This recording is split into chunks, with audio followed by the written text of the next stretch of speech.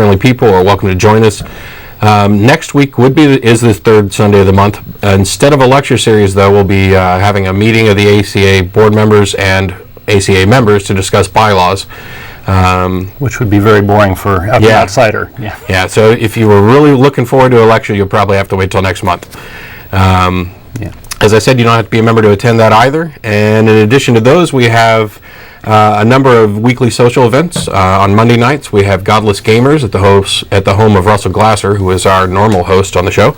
And on Thursdays, we have Atheist Happy Hour at Antonio's Tex-Mex, which is located on the access road at the corner of I-35 and 183. That starts at about 7:30. It's also open to atheist or atheist-friendly people. Just show up and ask at the door, and you can have some Tex-Mex and margaritas and talk all you want. In addition to this television program, the ACA also sponsors an internet radio program that is not a call-in show. It's called The Nonprofits, with our host is Jeff D., also Dennis LeBay, Russell Glasser, and I'm on as well. That's every Saturday at 2 p.m. On freethoughtradio.com. It's live every other week. And they do a rebroadcast on the weeks when we're not live. But we're taking a short hiatus, so the next live episode will be September 24th. But if you haven't been listening to the program, you can go to the website, nonprofitsradio.com, or get there through the atheistcommunity.com or atheist-community.org website and listen to previous shows that we've done. The audio is available for the nonprofits. And as I mentioned before, the audio is also available for this program, and now I'm told that there are DVDs of the old episodes of this show for sale on the website. So if you missed a program or you want to see how the show was in the old days under different hosts, look at some good topics.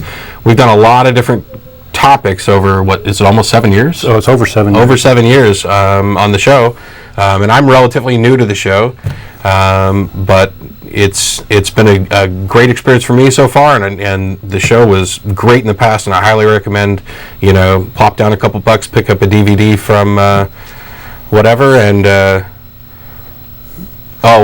next lecture. Do you know what the next lecture is going to be? The next lecture in September will be Renee Hellman of American Atheists. She's the Texas director of American Atheists, and our group recently joined American Atheists as an affiliate. So there's she's going to potentially talk about things we can do together in common interest, that sort of thing. So that will be in September, the third Sunday of the month. I can't remember the date, 25th, I think. Yeah, it should probably be the 25th. Yep. And the last of our regular announcements, after the program, the cast, crew, and whatever atheist or atheist-friendly people felt like joining us have been going out to dinner, and we'll be going to Shanghai River, which is on just off Anderson Lane by the Alamo Draft House. In the Village, right. It's in the Village shopping center there. We're on the air until 6 o'clock. We'll normally get there somewhere between 6:30, 6:45. People drift in a little later. So if you're atheist-friendly people, if you just want to come down and have dinner and talk with us, feel free to join us after the show. And now I think Don's got some stuff we would need to talk about real quick. Okay. Well, we have a rotating co-host format, and the co-host is somewhat required to bring in some topics to talk about. And today I kind of wanted to talk about the U.S. response to the AIDS epidemic in particularly in Africa. And of course, AIDS is throughout the United States or throughout the world. But by way of going there, I have kind of a longer thing I'd like to go through. Let's start with the terrorist attacks of 9/11. And the more recent attacks in London and Spain and all sorts of places. As a result of these attacks, there's been a call to Muslims to temper their people, to say, well, you moderate Muslims, your faith has been hijacked, rein in these people and make them be responsible, that sort of thing. This idea that people are responsible for their faith and that modern Muslims sort of have a responsibility to do that. I have a couple little quotes here from an article that was written right after 9/11. One says, Islam, the religion of more than 1 billion believers, has been hijacked. It goes on to say that Islam itself has been has come to be associated in many Western minds with terrorism. It is a tragic turn and one for which the vast majority of modern Muslims bear some responsibility. So this is echoing what I just said. Too many Muslims has been silent in the face of horrific deeds committed by an extremist minority, and so on. And then the article ends with, there's a growing realization that men who brought down the Twin Towers put Islam in peril. Only Muslims can redeem it. Okay, so this is sort of this theme that you're responsible for your faith, and even if you're just a participant in the faith, you're responsible for it. And this idea resonates to me quite a bit. By analogy, the United States did some horrible stuff in the Abu Ghraib prison that we had some rather lurid pictures in the news and such about these sort of sexual-based tortures and things from Americans to the people in this prison. And as an American, I'm embarrassed by these things. I think it shows sort of a bad face of the United States, and that we should take responsibility for that. We should do things like admit the fact that it was wrong. We should make reparations to the people. We should make a change and take a change to a more responsible course in doing this. So, and this is what I mean by taking responsibility. I'm not advocating that we go out and find a Muslim on the street and beat him up. That's not what I'm talking about here. What I'm talking about is having the whole of people take responsibility for their beliefs and their positions. So, okay, with all that in mind, if hopefully this is pretty reasonable so far, let's take a look at the U.S. response to AIDS in Africa. Now, in Africa, we have 25.4 million people infected with AIDS, and in the sub-Saharan, which is I believe the northern part of Africa, life expectancies are dropping below 40. So people, if you're living to be 40 years old, you're already on borrowed time in this. 8,500 lives per day are being lost. So this is pretty serious stuff, right? And the United States has sort of pledged help, as have a lot of countries, to help out with this. But unfortunately, recently, there's been a change, and a change for the worse. And a lot of what I'm presenting today comes from an article called "An Epidemic Failure" by Geraldine Seeley, and it was published in two places, in Salon.com, which is a pretty decent news source, and also Rolling Stone magazine. So you can look for it in either of those. It's available online from both places. "An Epidemic Failure" it's called. And what's happened is U.S. AIDS foreign policy has been hijacked by Christians and made far worse than it was, or was affected before and has been rendered ineffective. That's the gist of what I'm going to be telling you for right now. The U.S. has contributed a lot of money towards a fund called the Global Fund to Fight AIDS, Tuberculosis, and Malaria. This is widely recognized as the best way to combat AIDS in this area. It focuses on education, condoms, antiviral drugs, care for the orphans, because there's a huge number of children being left without parents because of this. It's estimated that condoms have saved 800,000 new infection cases every year. So condoms are a very important part of the strategy. So this fund has been funded by a whole bunch of different. It's an international fund, and the U.S. has contributed to it in the past, and this is really regarded as a good way to handle things. What's happened, though, more recently is President Bush has basically been starving this fund and diverting the money elsewhere. And in the process, there's been delays, and the way that this new fund is operating is far less effective. So in its place, he's put the what's called the President's Emergency Plan for AIDS Relief, which is PEPFAR. They always have acronyms for things, and it was funded $2 billion in its first year. So this is a significant amount of money. It has spent half of its money on on abstinence education in its first year, and And basically, so you've defunded a group that was working, and you're focusing a lot of your attention on abstinence-only education. But you have to keep in mind that in this Africa where women don't have a lot of power in relationships and things, the women are sort of forced to have sex to even eat or to live, and so preaching abstinence to them, and the women are the ones with the infections primarily, preaching abstinence to them is rather kind of mean-spirited, actually. So let me read you a little quote from this article in Epidemic Failure. What's more, focusing on abstinence and monogamy ignores the reality facing young women and girls in Africa and other impoverished regions who are often infected by wandering husbands or forced to have sex in exchange for food or shelter. Among the 15 to 24-year-olds in sub-Saharan Africa, studies show more than 3 times as many young women are infected with HIV as young men. So preaching about abstinence and faithfulness to girls in risky situations cannot be made sense of on any level.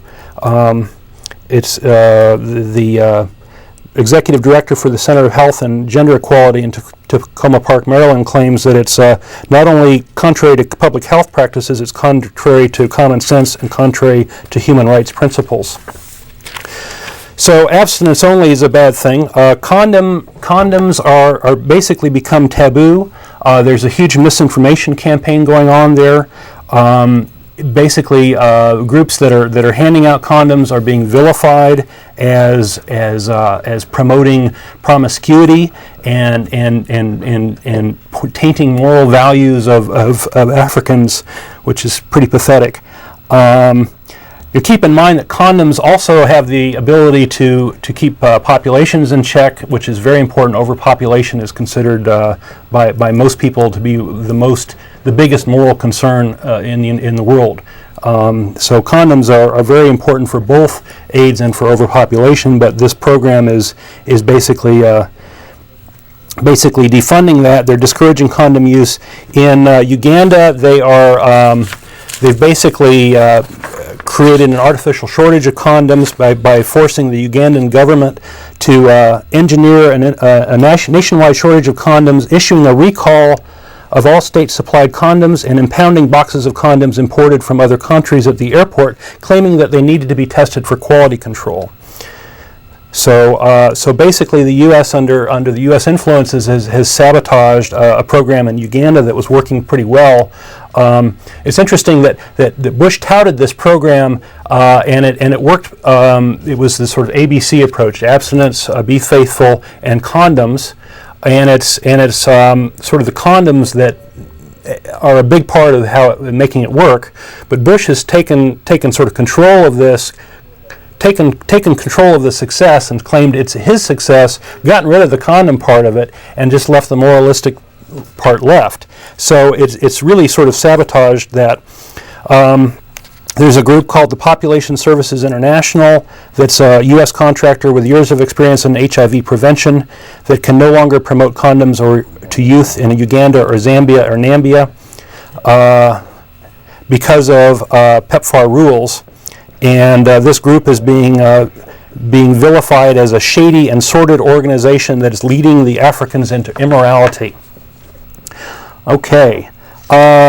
Another problem, AIDS drugs. U.S. has insisted on name-brand AIDS drugs to be used instead of generics, which are 2 to 4 times cheaper.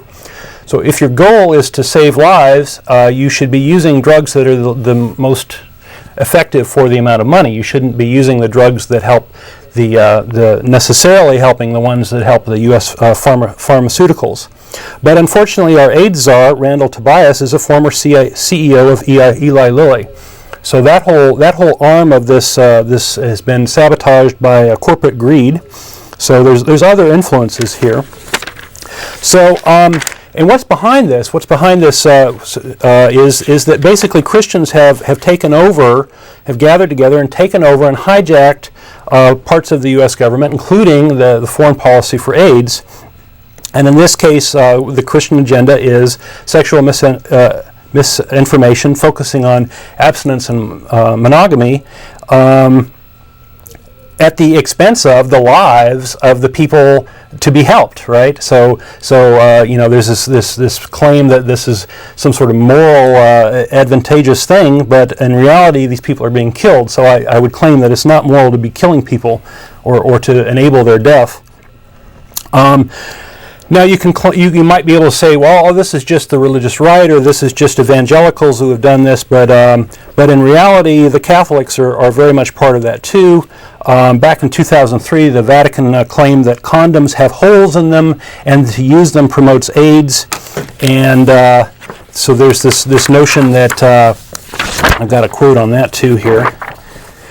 Relying on condoms is like betting on your own death. Muttered Cardinal Alfonso Lopez Trujillo, who is the head of the Vatican's Pontifical Council for the Family. So the Catholic stance on condoms is you're playing Russian roulette, and they're trying to discourage people from using them. Of course, one has to ask, it turns out the condoms are actually fairly effective when they're used properly, but prayer is completely ineffective. So one wonders, how they can possibly make that claim. Okay, so I claim what I'm going to do here is I'm going to pose a question and for the audience and open up the floor to people who will respond to my question. I've touched on a number of political subjects. This is not a political show. This is a show on atheism, and I'm attacking the Christian response to the AIDS epidemic, and I'd like to try to keep the dialogue mostly focused on that and not get too far afield in the political stuff. If we could put up our number for people to call in.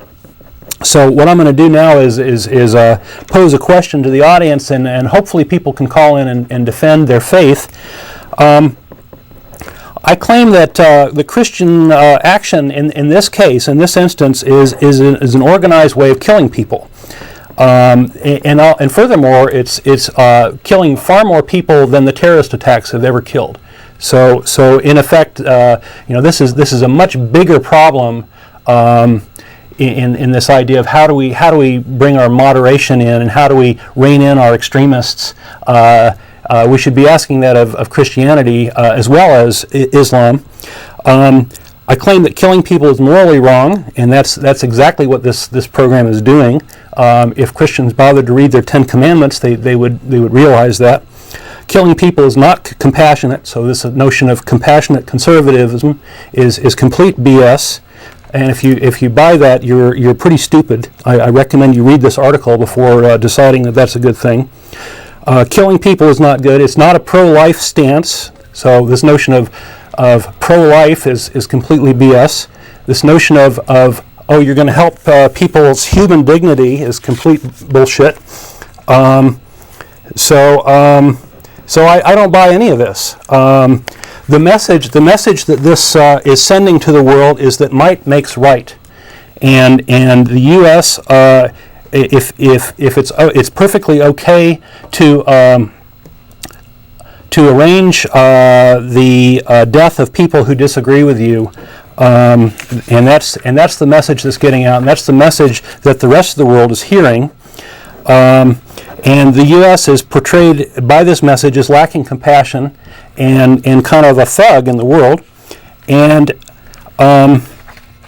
it could be that maybe this hatred of the U.S. is justified in this case. That Americans don't necessarily know very much about what's going on, and how people perceive us in the world, and maybe we should do that. So I invite people to call in and tell me. I want people to call in and defend their faith and tell me why this response, the way I've talked about it, is a good thing. How good is being done here? Why your religion is good? Why this is moral? And tell me why I might be misinformed. Why I despise Christianity because of the things that it does in this respect. And tell me why I'm wrong. So I encourage people to call in. Let's see.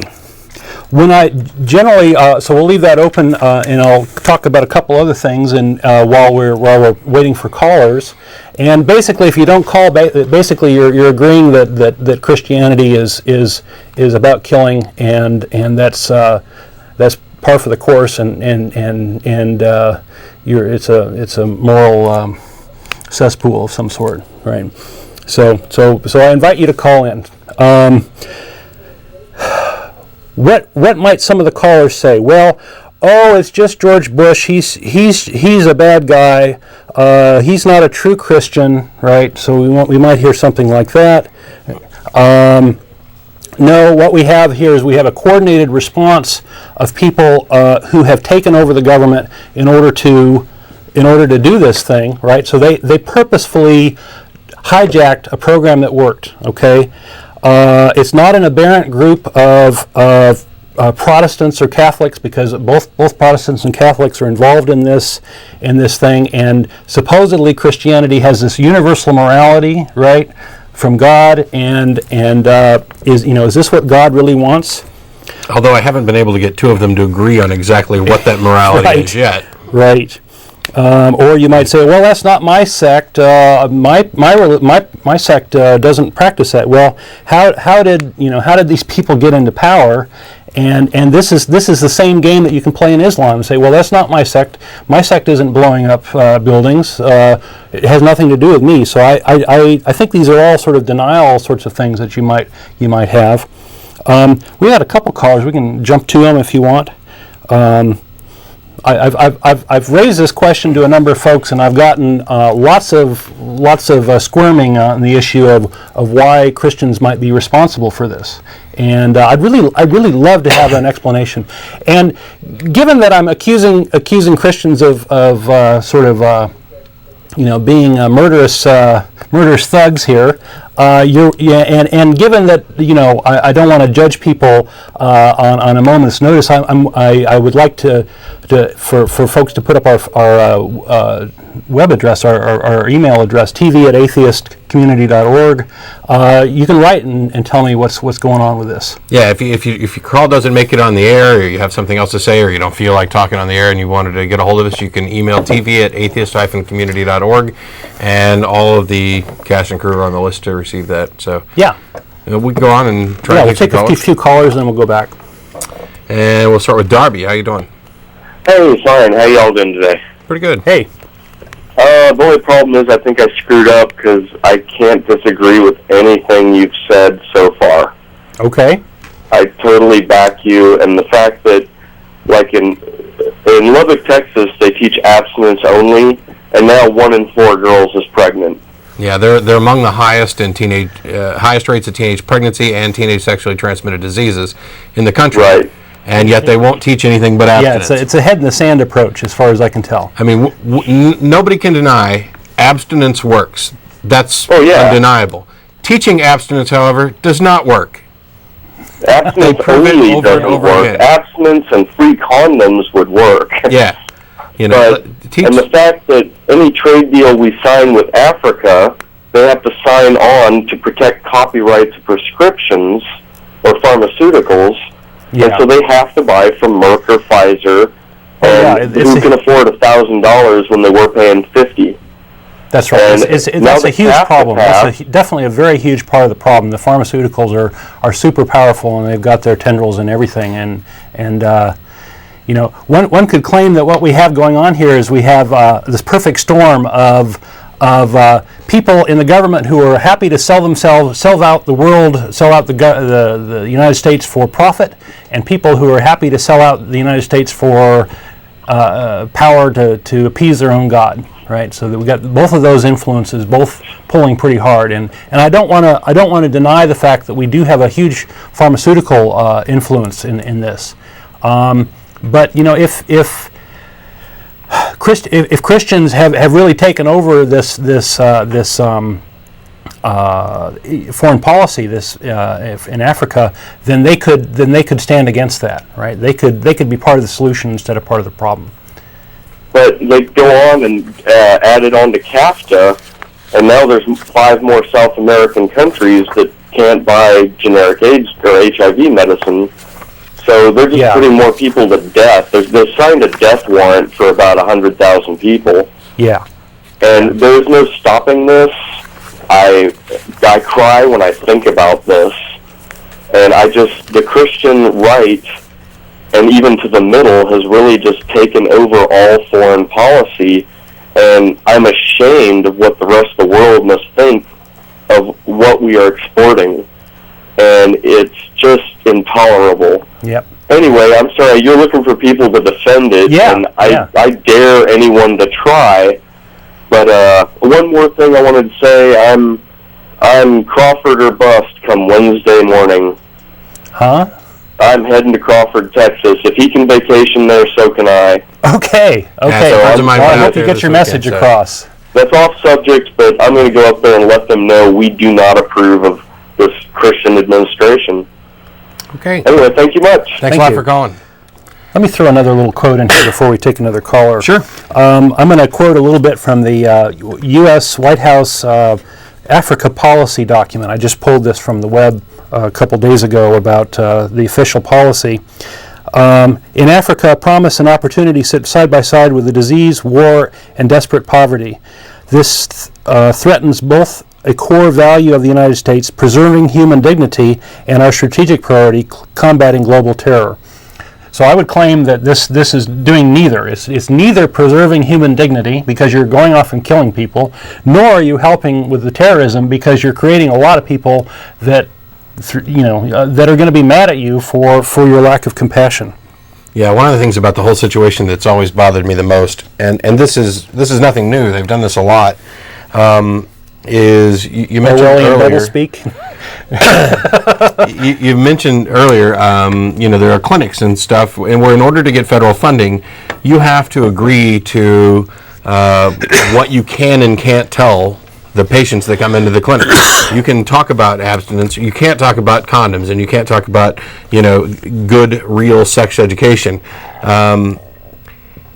This has been going on a long time, and in order to get any funding, you have to sign on part and parcel to their platform. Right. And it is incredibly unethical to tell doctors that they cannot talk to their patients honestly and discuss the things that they as a doctor might want to talk about. They're only allowed to talk about abstinence. That's right. So, for example, groups are required to take some sort of loyalty oath to say that to condemn prostitution as part of the strings attached to this money.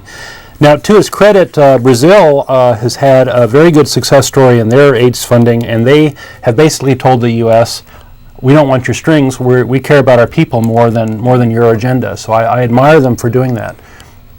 And there are probably lots of Christians who donate personal money and donate to AIDS causes, and I think that's very admirable. But when you have a group of people that have hijacked the U.S. foreign policy in order for some Christian agenda, I want to call that out. I want to claim that that's a problem. Yeah, I'm in a position where the laws that we make and the rules that we set up for organizations like this should be based on what we know to be true, scientific evidence, the recommendations of doctors and trained people, and not on what a religious group feels is the correct thing to do. Right. Whether they have a majority or not, that doesn't give them the right to foist their morality upon everybody else. Right. And it bothers me a lot that doctors who may be required by their Hippocratic Oath to explain something to a patient in a certain way and give them information that's in their best interest are now being told, no, you can't talk about A, B, C, and D because you can't recommend abortions in some cases. And that's another area where sex education because it's not part of the platform. So if you want your funding, you got to tell them what we want you to tell them. Yeah. So we're a live call-in show today. We are inviting callers to call in and explain the U.S. foreign policy on AIDS. I've described what I think are the facts of the situation and a part of my opinion. A little bit later, I'll give my answer to this question of what's going on or what's happening, and you probably won't like the answer.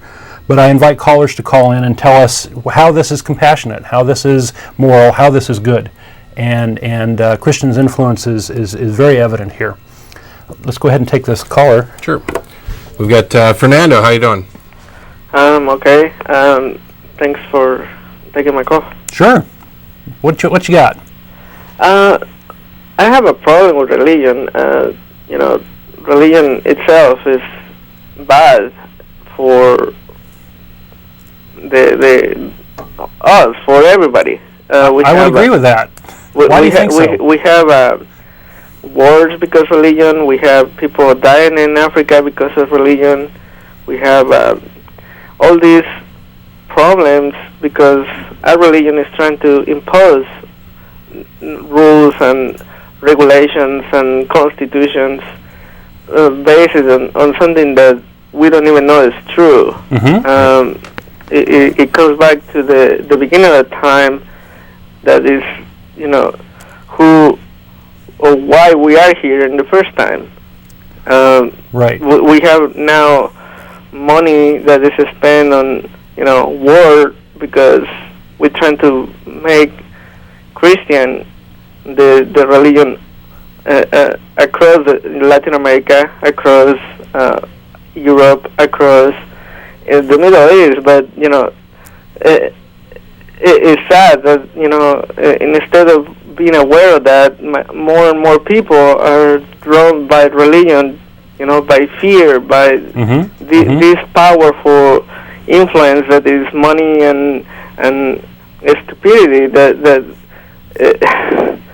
we creating a new generation that is just going to hate more. It's gonna create more wars. It's gonna and instead of being aware of the problems with religion in your life. I mean, no one has to tell you what is right or what is wrong. I mean, we all know killing is bad. No feeding seems the pretty poor. clear to me. Yeah. No feeding the poor is bad. I mean, just by looking at countries and they're dying because they don't have nothing to eat, we can just figure out that this is wrong. Mm-hmm. Right. Mm-hmm. We thank you for at least have this program that creates awareness, and more people hopefully can see the problems with religion itself. Thank you. Yeah, Thanks thank a lot you. for calling. Thank you. And as a reminder to Fernando and any other callers, we will be going to Shanghai River after the show in the village off Anderson Lane by the Alamo Draft House 4. We'll be there probably 6:30, 6:45, depending on traffic and how long we stay in the studio. Okay. But Okay. Well, I'd like to talk about a couple other little things here, and then I'll give my answer. This is a live call-in show. I've scared off all the callers, so maybe that's an answer in itself, that maybe nobody can justify this.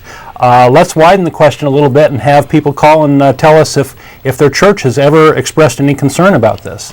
yeah, it's kind of curious, because a lot of times when we point out something that we find to be An atrocity? just patently wrong with religion or a specific group of religious people, all I end up hearing is, well, that's not me. Well, that's not my group. Well, I agree with you guys. That shouldn't be happening.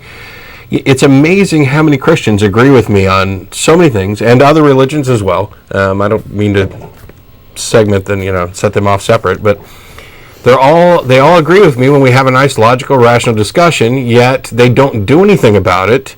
And the actions that they do take with regard to politics and who they choose to elect to office and which candidates they choose to support and who they side themselves with on the issues when they come out and speak about it publicly, completely different from what they'll say, when you Well, yeah, there's a lot of little games going on here. One, I think, is this assumption that, if a candidate is claiming to be a believer, then people will vote for him uncritically and not sort of hold his record up. I think that a lot of people have done that with our president. That just because he talks about God and such, that people are still pretty excited about him. That he's sort of genuine and all that. And so that's one problem. Another problem is we have this notion of that Christians are a persecuted group in the United States, and this persecution card gets played a lot, and I think it gets played a lot in news situations where news would be reported about something that a Christian group is doing that's bad.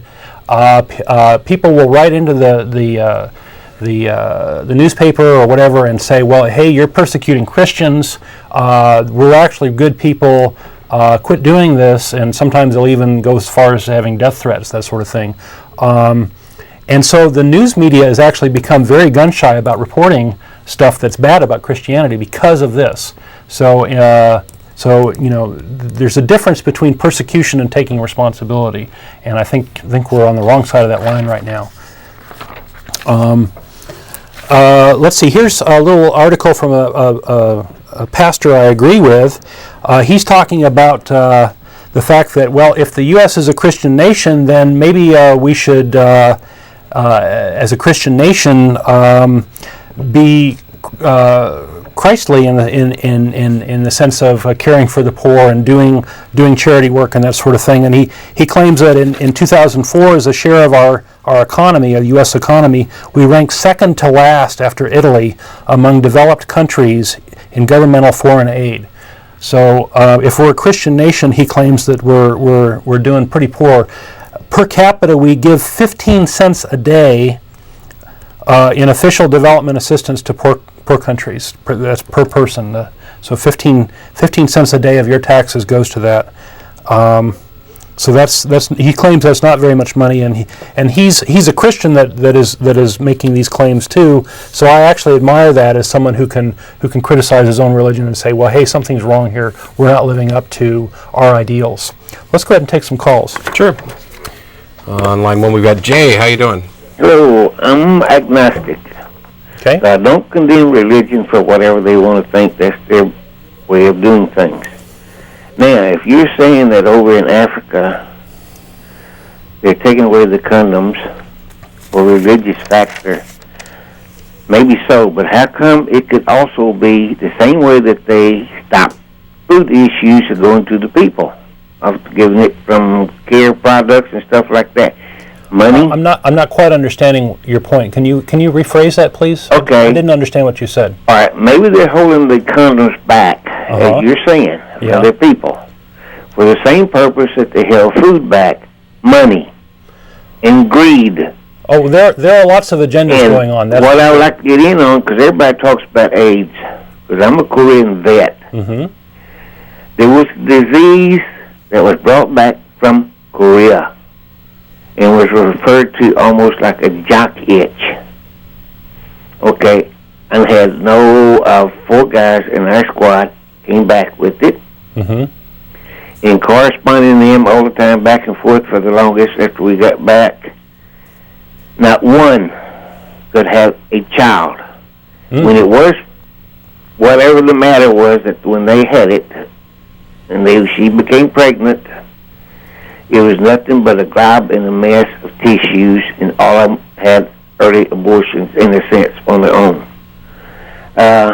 It was pathetic. And today, that disease, how much of it's been spread, and it came from the North Koreans and Chinese, that they purposely infected the best-looking women and did it. So, I mean, they back there then, they could use a condom or a pro-kit, which was supposed to stop it. Is there a name for this? They were not none that I know of. They couldn't. They cured it with the salve, and that's all. Mm-hmm.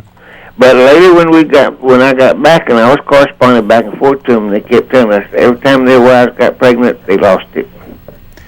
Every one of them on all 4.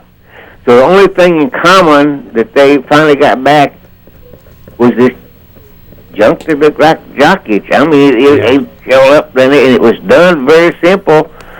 And the medics didn't know what to do except give them a cream. Well, this is yet another argument against war. The people that go off and fight for this country often end up paying these tremendous debts, tremendous penalties. Not only do they risk their lives, but they come back with these psychological conditions because of all the stress and such, right? And diseases. There's, I guess, the folks in Iraq are coming back with a probably virulent. There's something that they don't even know they have. There's a disease, a staph infection that's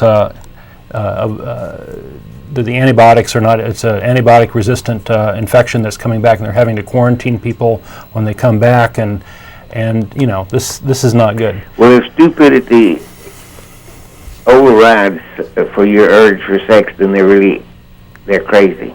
That's all I can say. But I will put it this way, that I got chewed out because I am one that believed in everybody in this country and everywhere, or probably all over the world, should take an HIV test. Mm-hmm. If you got it, then okay, it's your responsibility to go sit down there and admit to it. Yep. And not sit down that way. And if you spread it yourself, someone else, unknowingly to them, that's a conviction for a crime. Yep. And I believe it, and everybody like, oh God, and you religious people say, oh, that's too hard. I'm sorry, I know they were saying that in the church you can't do that. And right. I just say quarantine people or do something, put them out there on the island if you have to. I'm sorry, but maybe it sounds cold, but that's the way they're going to only stop it. Because men's going to go out and play games. Yep. Yeah, I don't necessarily go in for the segregate them off on an island or anything like that. That's a tough problem because you want to contain it. But I think the theme that we're hearing from this man and that we're saying is you have to base your response on evidence. You have to base your response on the understanding of what the disease is, how it operates, how it's transmitted, how to contain it, how to eradicate it, and all that. And all of this is sort of science-based and evidence-based.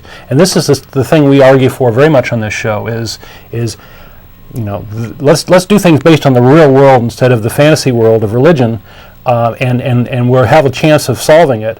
And in my example today with the AIDS issue, we have a case where when you add religion to the problem, you end up with a worse solution, in my opinion. Right. This morning on one of the networks, there was a program on one of the, I don't remember what it was, talking about people living together out of marriages, and that is 48% live outside of a marriage and live together. Yep. They don't know who's been in their past. And Yep. Well, we're sexual most creatures, and you can't deny that. I know, but that's the point. Yep. It's self-control. Mm-hmm. A lot of it in your own dignity. If you're stupid and want to die early, then gamble. Yeah. Yep. It's about responsibility. Well, thank you for your call. We're gonna move on. Calling, Jay. Thank you. Yeah, people need to be a lot more responsible, but one of the things that includes is education starting in the schools. And if your education about sex and sexually transmitted diseases and the dangers, whether it be pregnancy or disease, if your education is abstinence only, you're making a huge mistake, and you're raising a generation of kids who are being just willingly led into dangerous waters with. And furthermore, you're destroying the trust that you would have with these kids, right? If you're telling them stuff that would kill them, why would they believe you about anything else? Well, it's pretty bad on every front. You want to go on? Yes. And we got Philip. How you doing? Hi. Yeah, atheist, playing devil's advocate here because no one's calling in with a response. So I'll address the statement that Christians are murderous thugs. I mean, that's a pretty bold statement. I mean, even as an atheist, and I guess at some point you're going to go into some defense of that, but. I mean, you're really kind of pushing the button there. Well, I'm trying to get a response, so maybe that's overboard. So yeah, it might be a little bit overboard. Okay. I mean, thank you for your criticism. All right. What? Keep going if you have other comments. I don't mean to cut you short. Well, I guess I think we lost. I think we lost him. Okay. So feel free to call back. I don't know if your phone got disconnected or not. Well, to paint it more fairly, we have a situation where the U.S. has the potential to save a lot of lives, make a positive impact, and that positive impact has been sabotaged by Christian groups. Yeah, basically there was a plan in place and an option how to address the situation in place and ready to go, and it was religion that stepped in and said, no, we're going to pare this back and make it less effective. Right. Which ends up in which is in my opinion the same as killing people. So withholding help when you had actually budgeted the money to do it. It wasn't even a matter of, oh, are we going to spend this money or not spend this money? This was the most effective use of the money. It's kind of like if there's 100 people drowning off the side of my boat, and I've got a big net, and I know I can scoop up 80 of them, and somebody comes in and for whatever. Just because they happen to believe it, and maybe it's the captain of the ship since he's in control, he says, no, I don't want you to do it with a net. It's, we don't believe in nets here. That's for fish, and I want you to reach in and pull them out one at a time. And then in that case, I'm going to end up saving, 15. Right. Right. You put constraints on good plans based on, religious beliefs, and this is what you end up with, a lot more dead people. And it's very, very unfortunate. Get some more callers? Sure. We got Don. How you doing? Hello? Hey, what's up, man? How y'all doing? Hi. Pretty good. Yeah, I just want to comment on your topic on religion and AIDS in Africa. First of all, I believe that it was the global powers who put AIDS in Africa to destroy the indigenous people of Africa. Okay. What evidence do you have of that? Excuse me? What evidence do you have of that? Really, not a lot, but I'm just going by history in the way that the European power structure has treated Africans and people of color, because I understand that, and I don't mean to just completely shut you down, because I think it's important to look at all sides of the issue. There are a lot of people that believe that. That's a very common attitude in Africa itself. Yeah, because I don't have facts, I don't have no books to back me up, but I'm just going by conversations that I've been in the past, where certain European missionaries would go into an African country and act like they're going to give like a vaccine, and the vaccine is laced with the AIDS virus, and then next thing you know, we are told that the AIDS virus comes out of Africa and these Africans got the AIDS, but which is not true. They have lied on Africa for so long to where where the world believes that AIDS started in Africa, when it's a government manufactured germ to destroy your undesirables, your blacks. I've heard, like I said, we've heard this before, and I think it's something that it's worth discussing and worth looking into. Right. But until there's some actual facts, it's not. True. And I don't mean to be condescending, but it's not a lot different than people who are claiming Martians might have created the disease. True, but all I am is going by history of the European power structure and its treatment of Africans in America and Spanish people and things of that nature. Not saying that all white people have that intention, but your white power structure has that goal of world population control. You know what I'm saying? Well, my little conspiracy theory that I'm going to give a little bit later is similar to that. So maybe you might want to hold off and see what I have to say on that. Right. I want to say that it's possible. I believe that there's been situations recognized where. In a situation where you don't have very many needles to give vaccinations, you do cross-contaminate people, and it's an unfortunate thing that a little bit of chlorine or whatever might have fixed that problem, but things get spread. I think that the real problem is ignorance. We need to really understand what the disease is and how to address it and such. And if people are making up things based on hearsay and rumor, that's not helpful. We do really want to stop this disease. The other thing, and it's it's kind of irrelevant. It's the Pandora's box has already been opened, and whether this is a naturally occurring disease, whether it was a manufactured or engineered disease, and how it initially started, doesn't really make that much difference. I mean, it's important, and it would be nice to know, but it may be something we never know. And what the focus now should be on treatments and cures, and investigation to close the box again. No, but one thing that you guys haven't said was you got to change people's whole behavior too. You know what I'm saying? Change their whole behavior on sex and how they view themselves and all that, because here in America, people are just out of control. They're just out of control. But well, I don't think it's America. I think that's human nature. I think we're very sexual creatures, and true. That's just part of the animal, and if you pretend we're something other than what we are, you're hurting the effectiveness of whatever program you can create. Right. Yeah, I think it's essentially you're referring to some of the same things we talked about before, where it's up to each individual to be sexually responsible. No matter how often you choose to have sex or Right, and understand the consequences. You have of to their be actions, responsible right. and know what could potentially happen and take the appropriate steps. Okay, then. All right, and then here's my last question. So how has the role of religion played in this AIDS thing right here? Well, that was the bulk of my presentation. I talked about how the religious right has sort of taken over the AIDS policy and rendered it much less effective than it was before. Right. So that was my claim for today. Okay, then. All right, thank you. Okay. Thanks a lot, Donald. Thank you. And you can expand this to, it's not just AIDS, it's lots of things. Like for example, we have a bunch of Christian groups focusing on this intelligent design stuff, right? And that this evolution is bad news and it's evil and all that, and then let's see here in the Statesman on Thursday the 11th we have an article about scientists complete the genome for rice. And this is the cereal grain rice, and this is a tremendous advance. People may not realize that this is a very big deal to be able to understand the genome of rice and be able to modify it, make it more productive as a grain in throughout the world.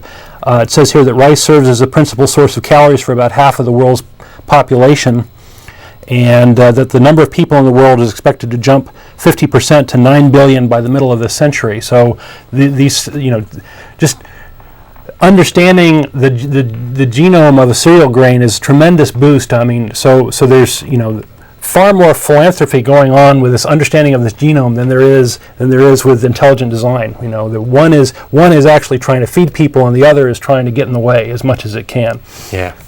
So it's, and I set this up as a challenge last week to, from time to time throughout history, religion and science have come up head to head. And religion has said something dogmatically, this is true, and science will discover that it's not true. And when the two go head to head, and on every single occasion where we've been able to determine what the truth of the situation is, science has won and religion is lost every time. And I set up a standing kind of agreement that if anybody could call in and demonstrate a situation where a religious claim which contradicted science was shown to be true and the science was shown to be untrue. And I don't expect anybody to ever win that. Yeah. Well, you can pose that every single day. It's a good exercise in how to think, because critical thinking is very important. We mentioned earlier that just because you happen to have a majority or you happen to have the power doesn't give you the right to force your morality and your beliefs on everybody else. We all accept and are I strongly encourage everybody to believe whatever you want. You have the right to believe whatever you want in your own home. I would prefer to live in a world where everybody believed things that were rational and true. But if you want to believe that leprechauns hold your feet to the ground, that's great. When you start making laws about public policy and affecting public policy, and when you do it in such a way where you increase the potential for people to die, now we got a problem. And now we've got a clear demonstration of why religion is bad and why your specific belief about leprechauns is bad and harmful to the population. Right. And a common response to that is, people need to have hope, and people need to have something to believe in and something to kind of hold them together during the hard times. And my response to that is, find something that's not harmful. Believe in crystals or something, and it's far less harmful. My rabbit's foot in my pocket. Yeah, that's harmless. So let's go on to another caller. Hey, how's it going? Hi. How can you... you might want to mute your TV. Right, okay, there we go. Is this George? Yes, that is my middle name, so they call me. Real name Alonzo, doesn't really matter. But anyway, how can you compare science and religion? Religion is something that is way above our head, and science is just here where we can only see and figure out, touch, or work with. Or whenever religion makes a claim about the real world, we can test that out with science and see whether it's true or false. It's very plain to see that we are in the end of days and this at last. You know, some people are scared to even believe. Oh, yeah? Do you actually think things will get better? Oh, peace is going to come. War is going to stop. The diseases will go away. It's in our hands. I think we can, influence that. I would be willing to agree with you about, religion versus science if religion stayed out of science.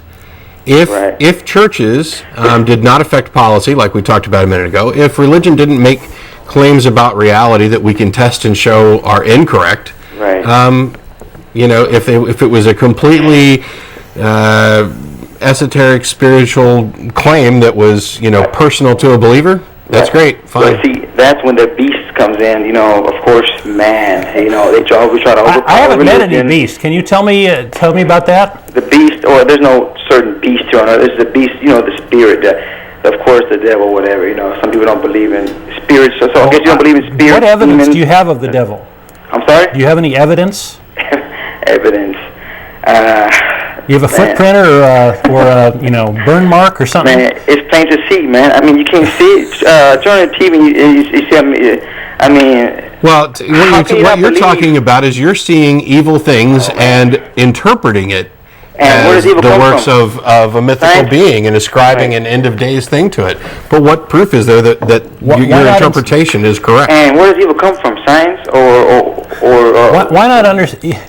Evil is not a thing. I mean, people harm other people, and you can call that evil if you want, but the nature of it is one person is doing harm on another. So why wrap it up in magic and BS? Okay, why not understand it as one person harming another? Right. Okay, mention. So, say for example, if I was to harm people, or if I'm doing that now, or do you think after I pass away, do you think I won't regret? I mean, how do you say be punished for that stuff, or do you think? I mean, who's going to do the punishing? For who's going to do the punishing? I'm sorry? Who's going to do the punishing? Who do you think? Somebody has to do it, right? No. Oh, so we as a society can punish. So I'm going to commit murders, rob banks, and get rid of it, and nothing happens to me. We as a society can punish people. Yes. That's why we have laws and we have the justice system and jails and all that good stuff. There's a whole mechanism to do that. But you can't prove the Bible wrong, the main book, the #1 seller, can you? Right? Can you prove that any of it's right? Any of the spiritual claims? I mean, so obviously. You can prove that it's wrong. I don't have to prove that it's wrong. That's the point. You're the one making the claim. You're claiming that there is a God, and I'm saying, I don't believe you. Where's your proof? Okay. Now, last thing. Okay. Well, I just asked you a question. Right, okay. Is this related to that question, or is this you trying to get one more preachy word in? No. Okay, for example, how much your question, okay? Okay, say you were, in the ocean, okay? Do you be in the ocean? I was in the Navy for 8 years, so yeah, I'm kind of familiar with the ocean. Okay, just for example, you and your family going out, or friends, you and Don here, we're in the ocean, and, hold on, let me turn the TV on. You're in the ocean, and you're having a good time. Some margaritas that came from Antonio's, and all of a sudden, you got caught up in the wave, and you were like, I can't get out of here, man. I can't swim.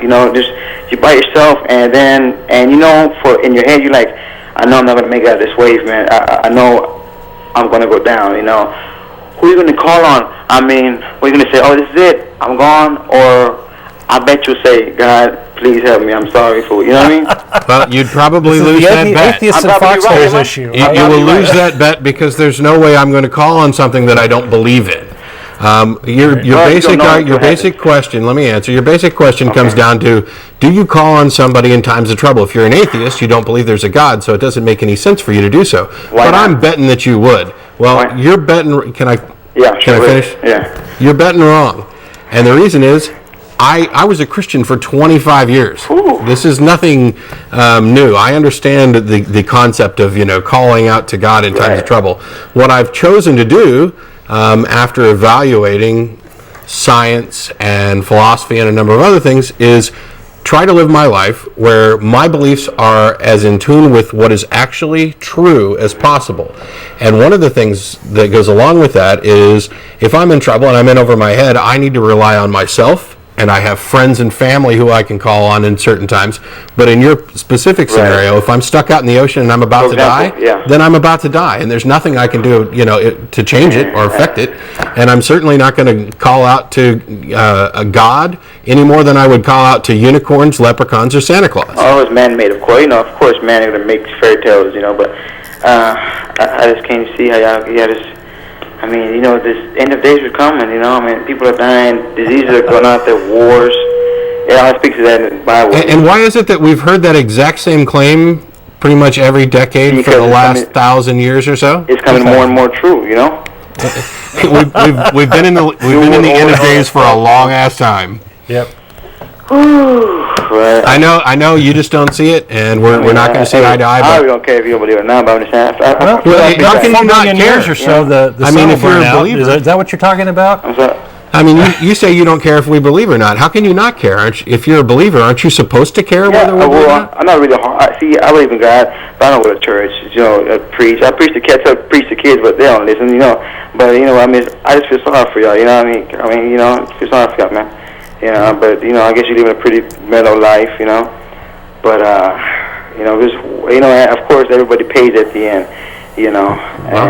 As long as you're only talking about dying. Sure, everybody pays at the end. We're all dead. Yeah, but some people don't appreciate living. Period. They just think that they're the only ones here, and that you just, what I mean. That's one thing about atheism that I think is very important with regard in comparison to other religions. This is the only life I'm going to get. As an atheist, I firmly believe this is the only life I'm going to get. And so I live it to the fullest, and I enjoy it, and I treasure every moment of it and every little thing. And it is so much nicer to look at a flower, let's say, and recognize that it's a beautiful natural flower and is wonderful in its own right. And it seems to me that when you are a believer, having been one for a long time, when you say, it's not the flower that's wonderful. It's this God who decided to make the flower who's wonderful. That's right. That's where the real wonder is. But that cheapens the experience. And with man destroyed this life, according to Christianity and a number of other religions, is just like a place to wipe your feet. Yeah. Let's just shuffle on through here before we get to the real eternity in heaven, where everything is joyful. This life is pretty much meaningless in most religions. It's a test. It's a season. Yeah. Well, and this end time attitude is really sort of a major cop-out. It's basically saying, well, screw everything. I don't care. I'm gonna have a better place in the next life. And why care about your fellow man? Why care about what harm is being done? And I hate the attitude. I think it's awful. Why care about natural resources? Why care about your children? Don't worry about global warming. Don't worry about global warming. I mean, the Earth's going to be destroyed, and a new Earth will be created if you're of the Christian faith. Selling out the current for. People say that the world's going to be about fire. What do you think? We're going to. What do you think? maybe in 4 billion years. Yeah, my best guess. Don't hold your breath, okay? My best guess is that the sun will go supernova later. The way the Earth is now, as far as the water and pollution, do you think it's going to go another 1,000 years? Well, not with that attitude. I'm pretty sure that it will extend beyond my life, and I'm doing whatever I can to make sure that the lives of the people who follow me aren't ruined by my carelessness. That's La La Land there, that's La La Land, What's La La Land? As far as you thinking it's going to be here some more. You don't think the Earth is going to outlive you? Well, I know there's a lot of Christians working towards making the end times a reality, right? Yeah. The mark of the beast, I believe in that. Come on. Let's move on, Matt. All right. Okay. Thanks a lot for calling.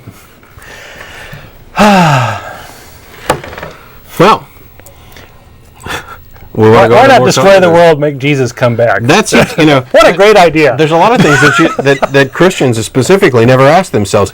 They're so down on Judas. But without Judas, Christ couldn't have been crucified, supposedly, to save them. I mean, he was just acting the part. Right? He did what he had to do. It was necessary.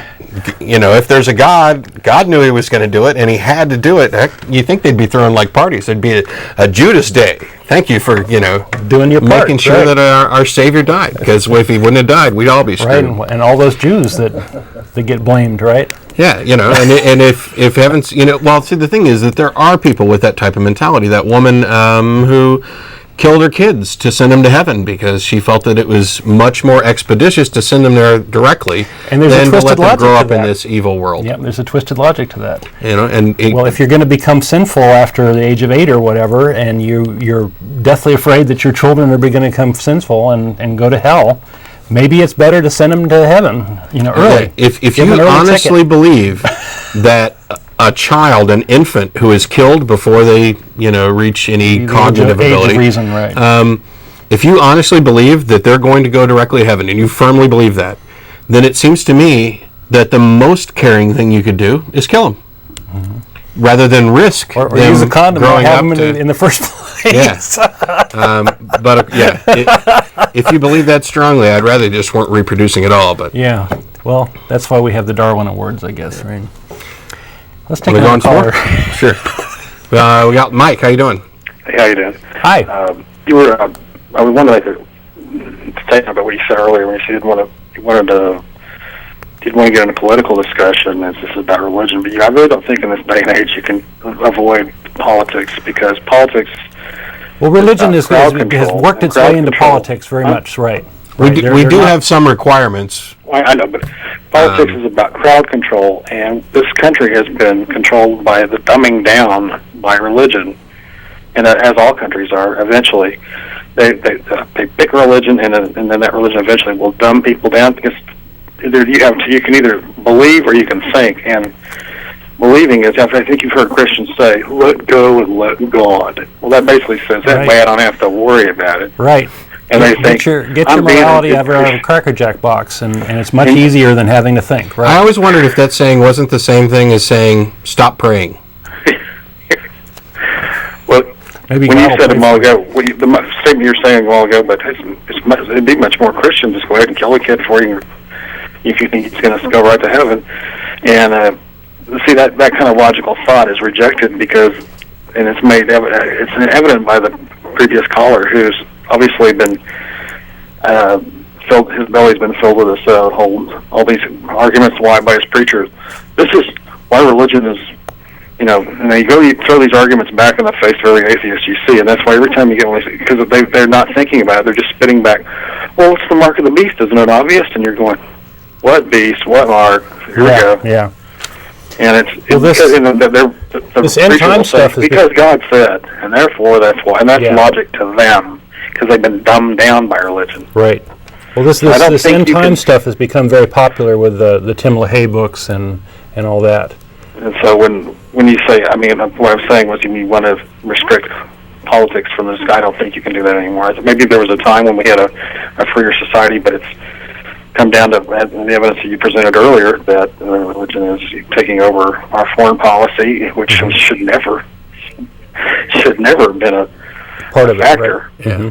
And it should always been one of tolerance and education, self-education when dealing with other countries, but not anymore. It's more of a invasive posture than. Yeah, we're not on a very good course with that. Yeah, it's an invasive posture rather than a fact-finding mission. So anyway, I want to go ahead. I just want to throw it in and let somebody else talk. Thank you. All right. Well, Thanks a thank you lot. for calling. One thing he mentioned was it kind of had to do with the nature of belief. What people are willing to believe, how they believe it, and you hear a lot about the efficacy of prayer and everything else. Pat Robertson recently, a week or so ago, prayed for another opening on the Supreme Court.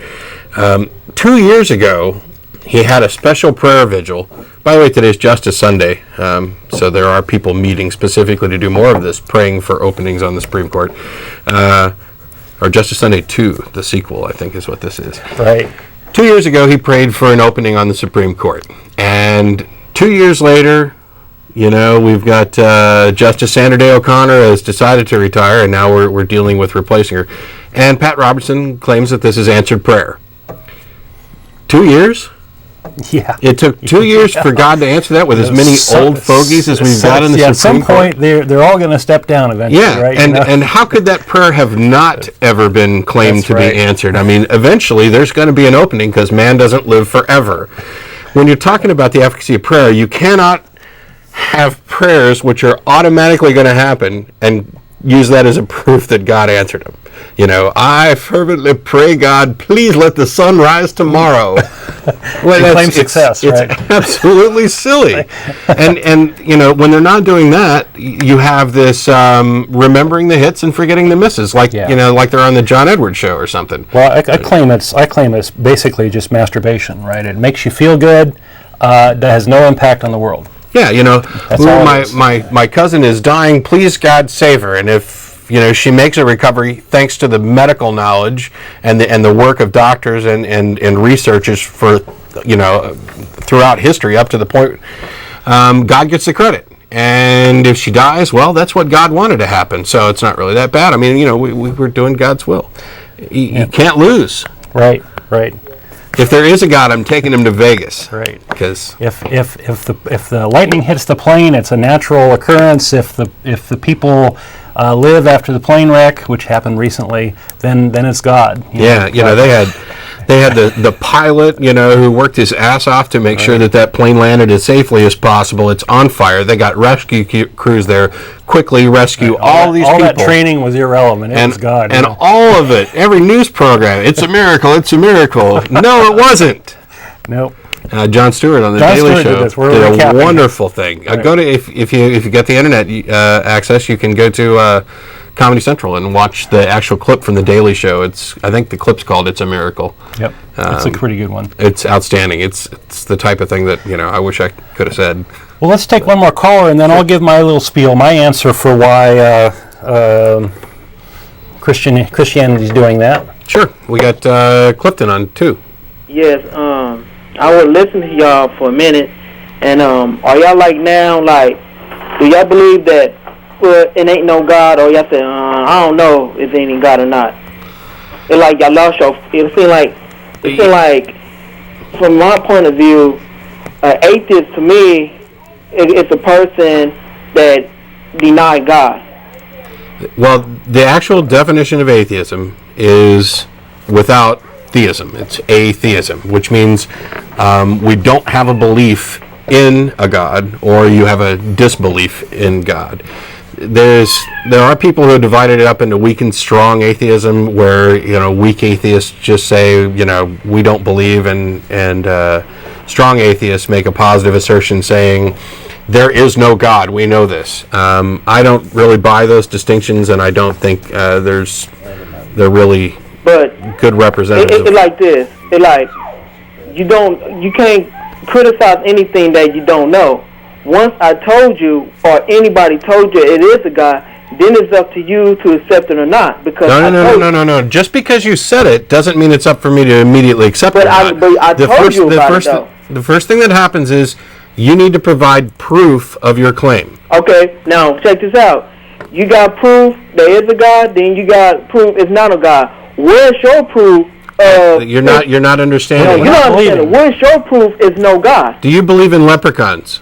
I don't believe in leprechauns. Where's your proof? Where is your proof? Where is your proof that there are no leprechauns? Nobody ever said they ever seen a leprechaun.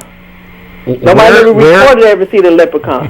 Where is your proof that there are no leprechauns? Can you answer that? See, that's how y'all do it. Y'all criticize and y'all trying to challenge. I'm asking you a question, and you need to answer it. You need to answer it, or I'm going to drop you.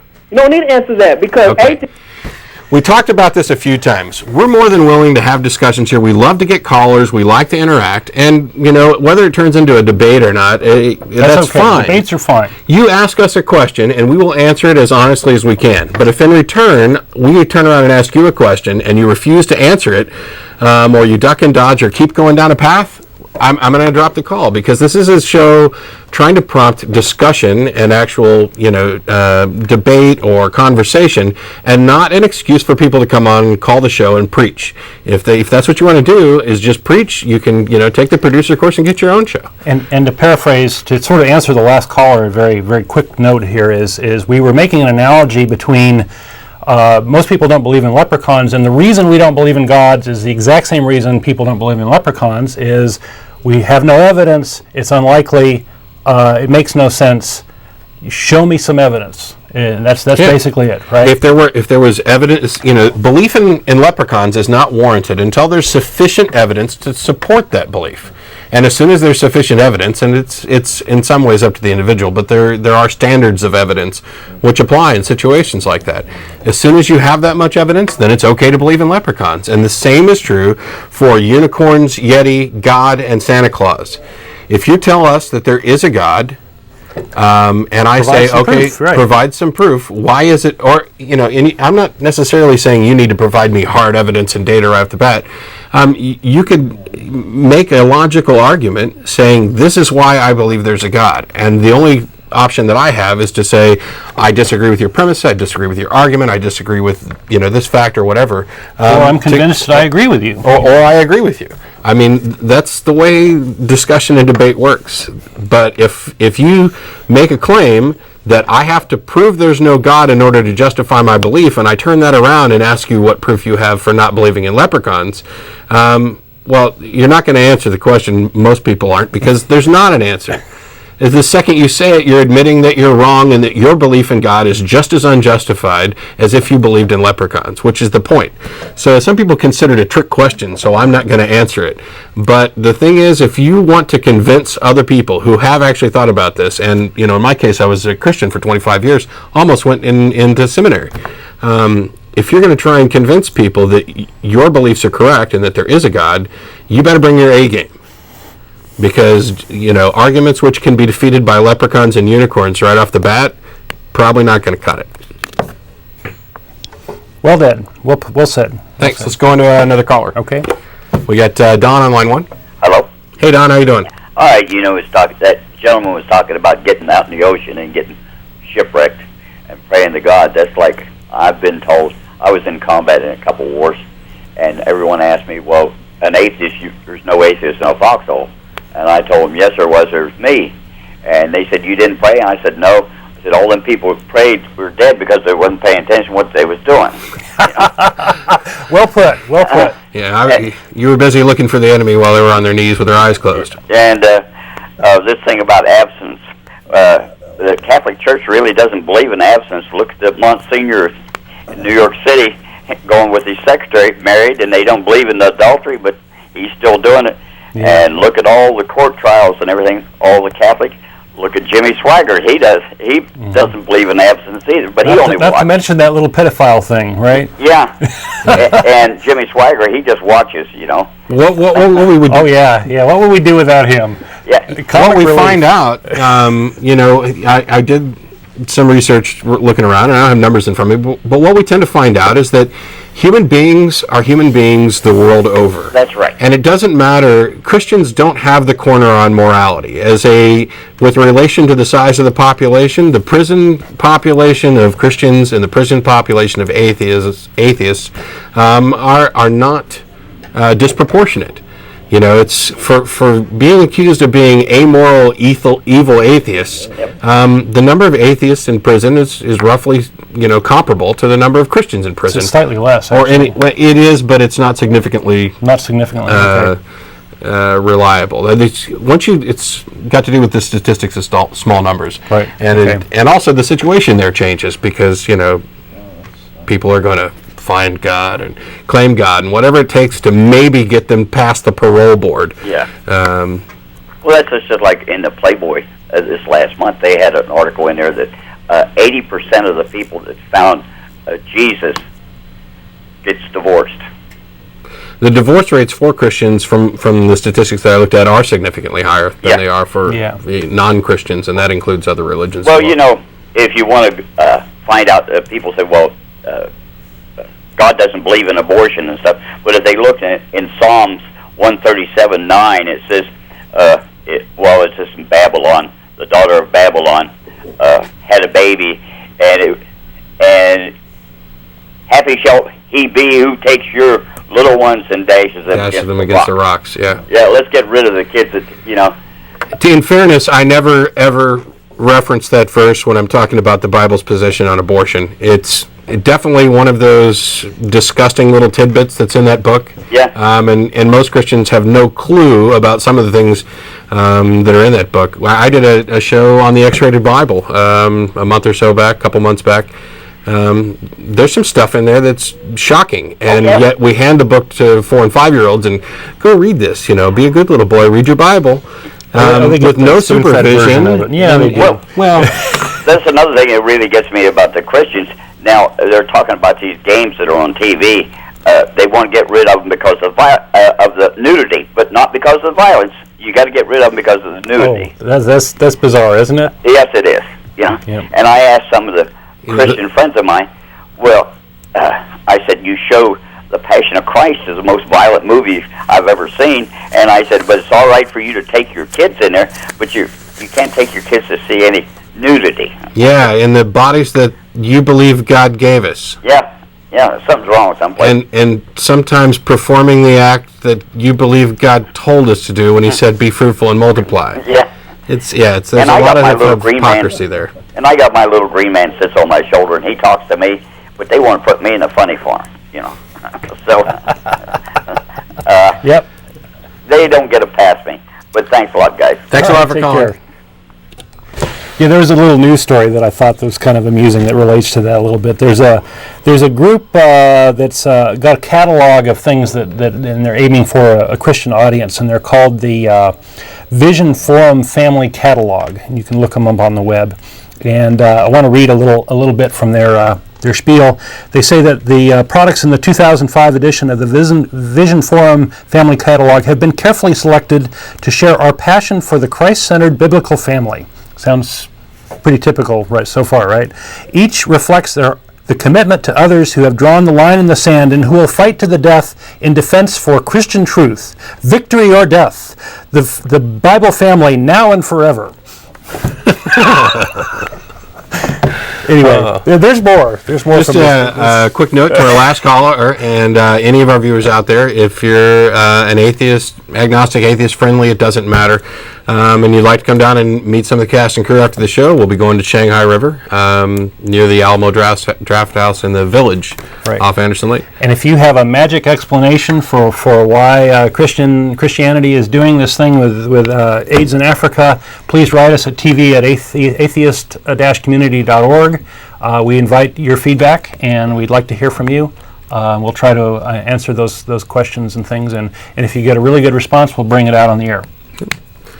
Have you got more, or did you want to go to another call? Well, I do have more. I do have sort of my answer to the thing, but I'm afraid that we've got such little time left, and I hate to sort of play the game of having the last word because I think it's fundamentally unfair.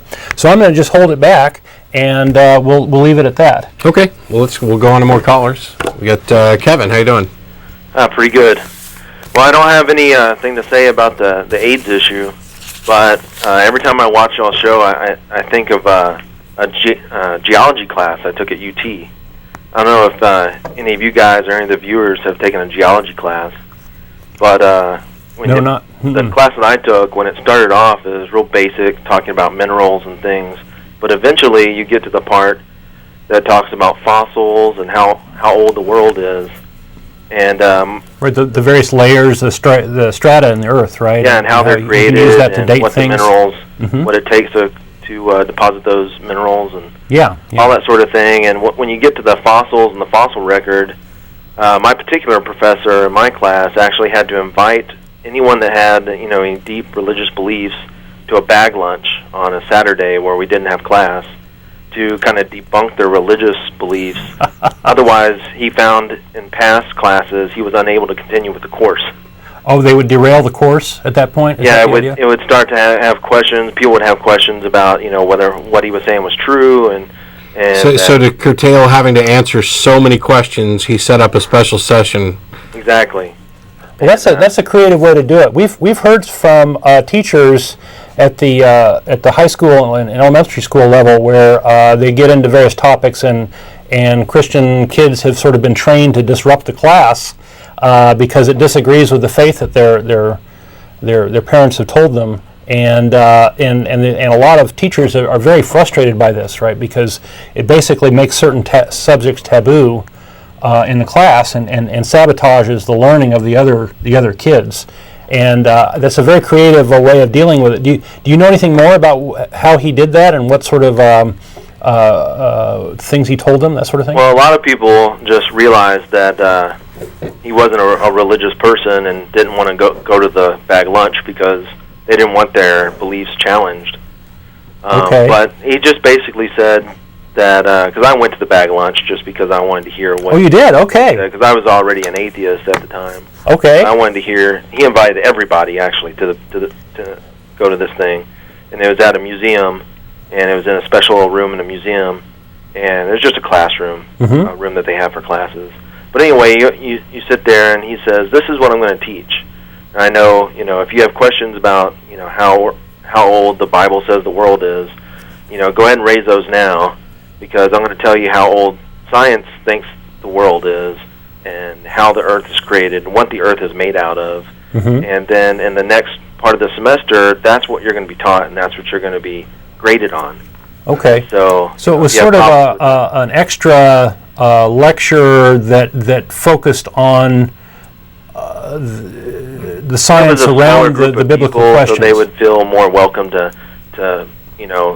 talk about their religious beliefs and feel more welcome to do that in a smaller setting. Yeah, that seems like a pretty decent technique that isn't what's the word? Isn't singling out people for their faith and that sort of thing, which is it's all very scientific, a sensitive topic. That's interesting. Yeah. Another thing I was going to say is I think all this kind of boils down, all this religious beliefs boils down to education.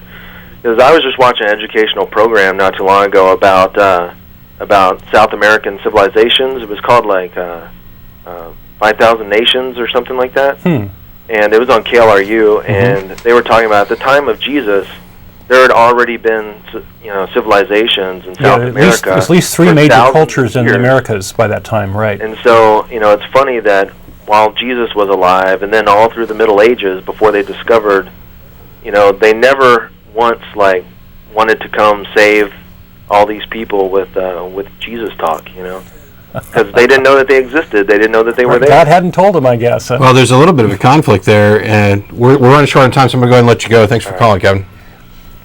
There's a little bit of conflict there in the New Testament where Jesus directs them to preach. He came for the Jews. You're not to preach to the Gentiles. And then that message sort of changes in another part of the New Testament where the Great Commission says, go out and preach to the Jew and the Gentile. So there's a conflict there in the Bible. So for you people who think there are no conflicts in your Bibles, do a Google search because, there's hundreds, if not over 1,000. Well, maybe since you're a biblical expert, more or less, maybe we can do a show someday on how the various things have changed over time, because that's very interesting. The various belief systems used to be that Jesus was a spirit being, right? And that was Paul's first belief. There are a lot of doctrinal things which only came about through the Council of Nicaea and Laodicea, and basically the dictum of the church, which happened to be running the world at the time, right? Through the Roman. Now that's gospel truth. Let's see if we can get to Robert real quick. How you doing, Robert? Hi, Don and Matt. Thanks for taking my call. We got about a minute, so you got to be quick. Hurry up. I'm quick. I'm sorry. I guess with absolute truth, without it, I'm assuming that all of our truth, my truth is as valid as your truth. I'm trying. It's hard with You're trying to get an explanation for the difference between objective morality and subjective morality. Right. How is saving folks with AIDS in Africa? Is it just as valuable as someone like myself, hypothetically, if I wanted to end all life everywhere? Okay. I'm going to go ahead and let you go because we're running out of time. Sorry, we can't do that. Write us up TV at atheistcommunity.org. We'll try to answer your question there. Yeah. There's some good explanations online of the difference between subjective and objective morality. We'd like to thank you all for watching. We'll be on again next week. Those of you who'd like to join us for dinner can meet us at Shanghai River. Thank you to our callers and our crew and our live audience. We've got a couple of folks in our audience today. So be sure to watch again next